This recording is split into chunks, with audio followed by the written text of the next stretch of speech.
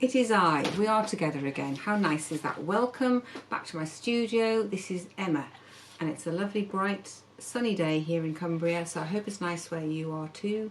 We had a very stormy weekend. I hope you've all been safe, whatever storm it was. We had 2 days of different ones, I think. How exciting is that? I hope you're all, anyway, I hope you're all well and snug, and if you're not experiencing storms and you've got other sorts of things going on, well, you know, I just send my love to you at this time. There's all sorts of things kicking off, and I just love that I get to come down here, and I hope that you appreciate it too, that you can just come down here with me and we'll have a bit of fun and a bit of just time away from everything. When I leave the house, I shut the door and I come down here and I enter another world, because this is a space that's just mine, and I appreciate it so much. I've got a very big studio. Well, it's pretty big anyway, by my reckoning it's quite big. But even if I had a box of fabric in a caravan, which is what I used to have many years ago when we were doing the house up, and I literally had my sewing machine and one box of fabric, and I was going to college at the same time and working and all sorts of other things going on while we did the house up, but it was my little one box of fabric was plenty. That was fine.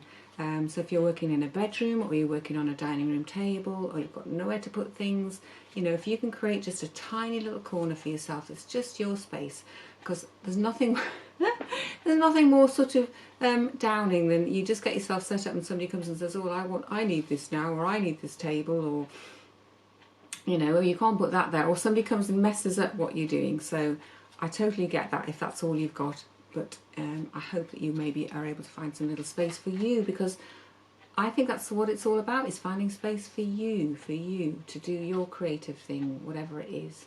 And even if it's just watching this video and that brings you some joy or peace or whatever, relaxation, then that's fantastic. So thank you so much for being here. Honestly, it makes my heart sing when I read the comments and I have a chance to chat to people. It's really lovely, because otherwise I really am down here kind of talking to myself.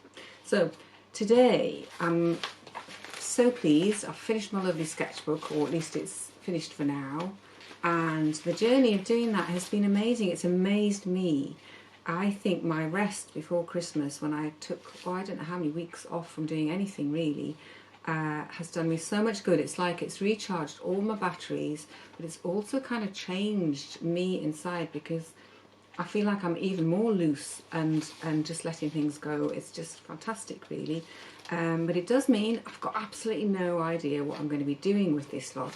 This is kind of, it's what's it done? It's allowed me to try some things out, play around with some things, and it's given me some lovely things to work from. I've got some super ideas on these pages if I took one page and just worked from that. But generally what I will probably do is I will work from what comes up for me, and it may not refer to these at all, or it may be that these are like a start point for me. So if you're doing a sketchbook, just be aware that it can take you on this lovely journey as a sketchbook, and then it can just move you into something new as well when you get into your fabrics. So I've been in my stash this morning. I had, as I say, no idea what sort of things I was going for. The first thing that caught my eye actually was, I've got these lovely bags, which I think I've shown you before. I'm sure those of you who watched for a while won't be surprised that I keep all my scraps. Nothing gets thrown out. So these are all my grey ones, well, some of my grey ones, so there's bits of lace and velvet and all sorts. And I just keep it in a carrier bag, a plastic bag, so I can see what colour I've got going on. And even that, just on its own, even if you just have a little bag of snippets like that, you know, start to play with those, and that can take you on a little journey of creativity. So what I've got here is a weird collection of colours that I don't really normally use together, but they're sort of lilac-y, earthy, a bit of browny, greyish, a bit of what have I got? I've got some old woolly jumpers here. I'm not sure whether they're going to play a part, but they're certainly the sort of colours that I've got going on inside my sketchbook, and I feel as though I'm just kind of working with something very gentle here. A lot of my work is using really vibrant colours. If I just flash those at you, that's kind of another colour palette that I use quite a lot, but maybe just for now, after all my resting, I'm being asked to work with sort of gentle things and delicate things, and I've no idea what I'm going to do with them. I don't know what size or shape or form they're going to take at all. So what I'm going to do is play and see where that takes me. I think I'm going to get my embellishing machine out. I feel as though that's something that I want to put into the mix, and it's quite a good way of just putting some fabrics together. And I don't, you know, I don't control the outcome of that necessarily if I just mesh things together. So if you'd like to join me, we'll see where we get to. Okay, so this is me sitting down at my much neglected embellishing machine. Good morning to you, I hope you're well. She's been hiding under the table while I've been doing my sketchbook stuff, so it's been a bit, she's feeling a little neglected. An embellishing machine, for those of you who don't know, is a needle felting machine. It basically looks like a sewing machine, and it does have needles, but they're really, really sharp needles for poking fabrics into other fabrics. If you've done hand needle felting, you'll know what I'm talking about. They are they're sort of really like a barb almost going in, if that's the right word, possibly not the right word.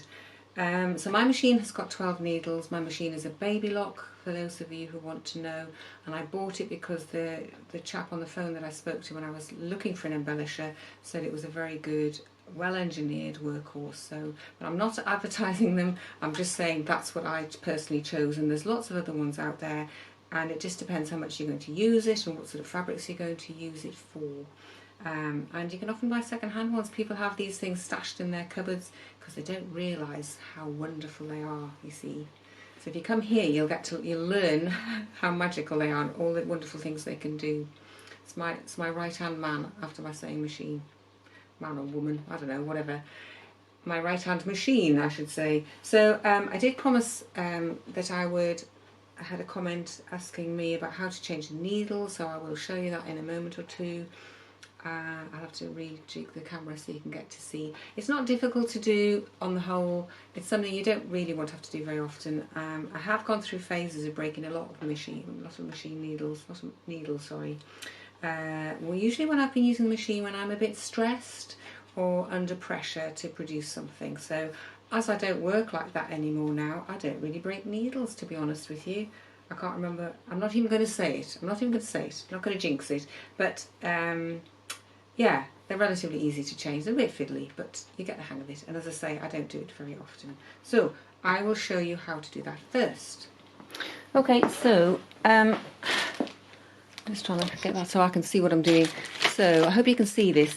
This is not the answer to everybody's machine because everybody's machine will be different. This is just the Baby Lock 12 that I'm going to show you. So inside here, there's a secret little cabinet here, and it opens up like that, and you'd never know if you didn't go poking about. So inside here is the light bulb, which you can change. I'm just going to unplug it so I know I'm not connected to the electricity. And this is the guard that you need to take off in order to change a needle. So this is my little plastic bag. I keep my little toolkit in here. It has a little drawer here. Keep my little toolkit in there, and I always have a packet of spare needles. I buy these from a firm called Barn Yarns, who are online, but they'll be available in other places. They're not Baby Lock make, basically. They're a sort of a branded, non-branded one. So you just basically unscrew this little screw here, and then this can drop down and come out. And then you can see your needles here. Okay, now it gets a little bit fiddly in that you've got to have them just that's usually, I can lower that down, you see. I can actually lower this down a bit so it makes it easier. As I say, every machine will be different. This is just a rough idea of how to access them. I'm not actually going to do it because it is a bit something that I don't want to do very often. You should get a toolkit with your machine, and you get these little, I don't know what you call them, like a little Allen key or something, and they go into these little, each needle has a little circular bit there, and I would just unscrew that, and then I use my tweezers to pull it out. Okay, and then you have to insert another one in. So it is a bit fiddly, not the easiest thing in the world to do. But the other thing you can do on mine is you can actually take the whole head off. You can just unscrew it there and the whole caboodle will come out, and then you can change them. I did have to do that once when I had a problem, and I had about 3 or 4 that had broken. And you can see how dirty it is. I need to get in here with my little brush and give it a dusting. So I'm just going to brush off some of this dust because it does get a lot of fluff. Obviously it gets used. I've never actually had it serviced because I don't feel the need to. So I'll need to put the guard back on, which I shall do. So that just slides back on. And as I say, all the machines are different. So I'll screw that back on. Okay, so that's all my tools put away. Till the next time, shut my little door, and we're good to go. Okay, so as I say, it's like a sewing machine in that it's got needles, but it doesn't have any threads, which means it's, you know, there's nothing else to it really. It's very simple. So I can use almost any fabric under it. I don't find many that I have problems with. Possibly some close woven linens I find a little bit problematic, but mostly I can use anything. I mean, you could iron this actually. Maybe should I iron that? No, let's not iron it. So let's plug her in, put it back in, and switch her on. And what's that doing? Now, are we on? Oh, I'll tell you what. Turn her on at the wall. Okay, so I've switched her on at the wall. How magical is that? The electricity is now flowing. And we'll just put her on. The little light comes on. So it's really the same as a sewing machine in that you've got a presser foot here, which is this bit here, and you can put it up or down. Now on my machine I've got a lever on the top, which I showed you when I was changing the needle, that moves the foot up and down, so I can have it fairly close to the fabrics but allow space for it to move around easily. It doesn't want to hold it like it does on a sewing machine. Always make sure that you lift your needles up at the end when you've finished your embellishing bit, because you don't want, you'll soon find you won't be able to get your fabric underneath, but you don't really want to be snagging them as you're pulling the fabric out. So my presser foot is down and I'm just going to go for it.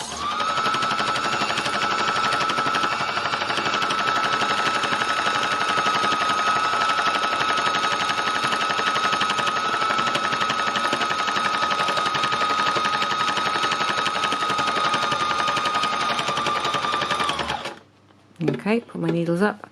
So you can see there, I hope that I really didn't need to iron that piece of fabric. It's done something really nice to it. The embellisher does this to your fabrics. It will change the surface for you and create these lovely textured surfaces. Obviously, if you don't want that, don't use an embellisher. You know, just do your free machine embroidery and use your fabric as is. One of the good things is if you don't like what you've done, you can just simply, see if I can get this way you can actually see it, you can just simply pull that off. Okay, so if you don't like the placement of it or you don't like the colour of it, just take that off and no harm done. It makes a lovely surface for free machine embroidering into. You can blend your colours, blend your fabrics. I find it really so useful. It really is one of the best things I discovered over the last, I don't know, I've had it, I don't know, 10 years or something. So that's it really. So I think I'm going to play around now with some fabrics and just see where that takes me. Okay, so the other thing I've got is I've got myself a choice of fabrics here as a background. This is just some calico that I've just torn into a little rough oblong. Or sometimes I use this. I use this quite a lot. Those of you who've watched me for a while, this is my favourite one, which is curtain interlining. It's a soft brushed cotton and it's really nice to embellish into. But I don't really want that today. I don't want anything to be too thick. So I'm just going to just bring back this and pop it underneath. And I'm not concerned about what I'm putting where. I'm just going to play. So I've got this piece to start with that I've half done.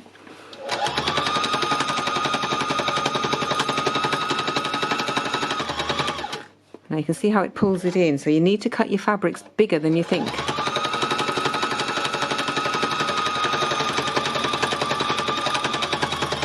Because the embellisher tends to shrink things, and you have to be aware of that. You'll soon find out as you play with your fabrics. You'll soon kind of realise.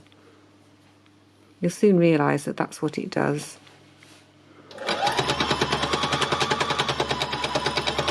And you can hear the sound of that. That's got a different sound than going over the first fabric. This one's a bit thicker, so I always try and go steady. I don't go too fast. If you hear it struggling and it's making loud noises, I would stop and don't use that fabric. But you can do it slowly. Go steady and listen to your machine. mean, what you're doing here is you're laying down the fabric so that you can stitch on top of them, so they don't all have to be sort of heavily meshed into the background. Obviously, some of them do this sort of thing, so that's different. This is just getting held in place. It's a bit like pinning it in place, really.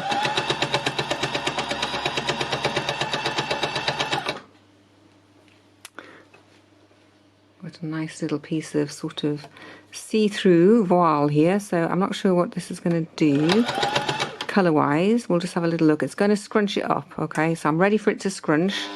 Oops.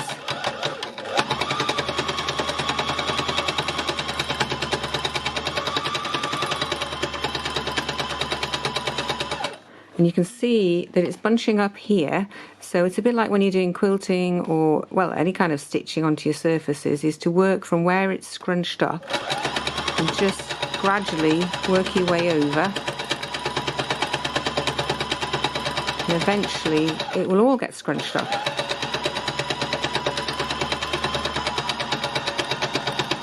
So that's quite nice. That's put a bit of shading across that sort of, I don't know what colour you call that brighter colour there. So I quite like that, it's a bit darker.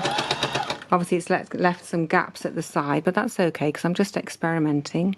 So whether I put something really dark onto that or whether we move into something a bit more grey. Ooh, I quite like that. Ooh, that's quite nice. Let's put that down.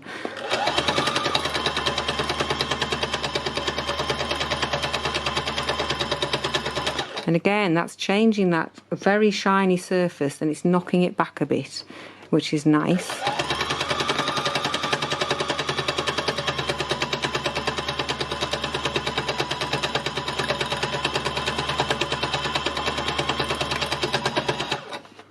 Just lift that out of the way. So then you could be adding, you know, lacy bits onto this, see-through bits, more see-through bits.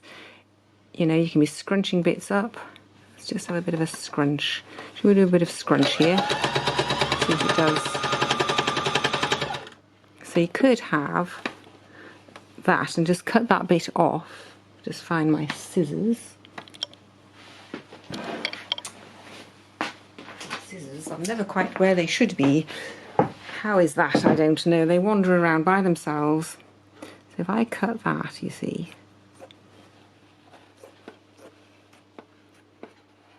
There you go, you see, so that's created something with a bit of va-va-voom. Maybe put it down a little bit more. So you don't have to actually embellish everything totally flat. You can leave them a little bit like that and see what happens. I've got a little bit of this lacy stuff. I think I've got a thin bit. So let's see what happens when I put this down here. This is a bit of a ramshackle piece of lace, but it'll do.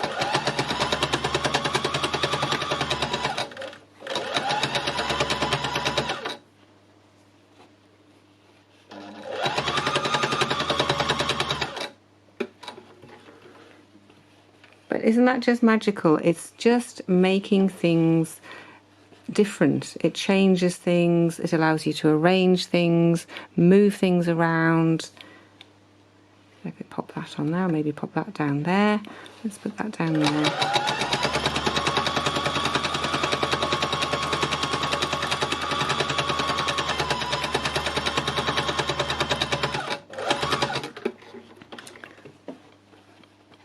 Fab. So that's lots of reasons. So that's lots of reasons, isn't it, to love an embellishing machine, I have to say. You can take all these little scraps, you can have all your threads, your leftover bits and bobs from your projects, and you can turn them into something really lovely with the embellisher. It's a magic machine. I'll just show you the back of that. I don't know whether you can see, yes, I think you can see how it's pushing the colour through from the other side. So that's what's holding the fabric in place. And that's quite nice on the back as well. You can make use of that, you know, you could be doing shadow work if you want to. And I like the idea that it allows you to blend fabrics, put fabrics together that you perhaps wouldn't think of doing. It's just playtime. So that's, you know, I don't know where that's taking me, but it's loosened me up. It's let me get over the initial fear of having, you know, just like the blank sheets in the sketchbook, a blank sheet like that. That's not inspiring, is it really? But once you start to just cut your fabric up, stick it under the machine and see where it takes you. And obviously if you haven't got an embellishing machine, this is the same process as you would do if you're just going to do free machine embroidery onto it. And free machine embroidery can be changing your surface as well. So I've got lots more to play with, and I will be back in here very soon to show you what I've been doing. So thanks for joining me here today, and I will see you again very soon. Have a lovely, creative, tranquil week.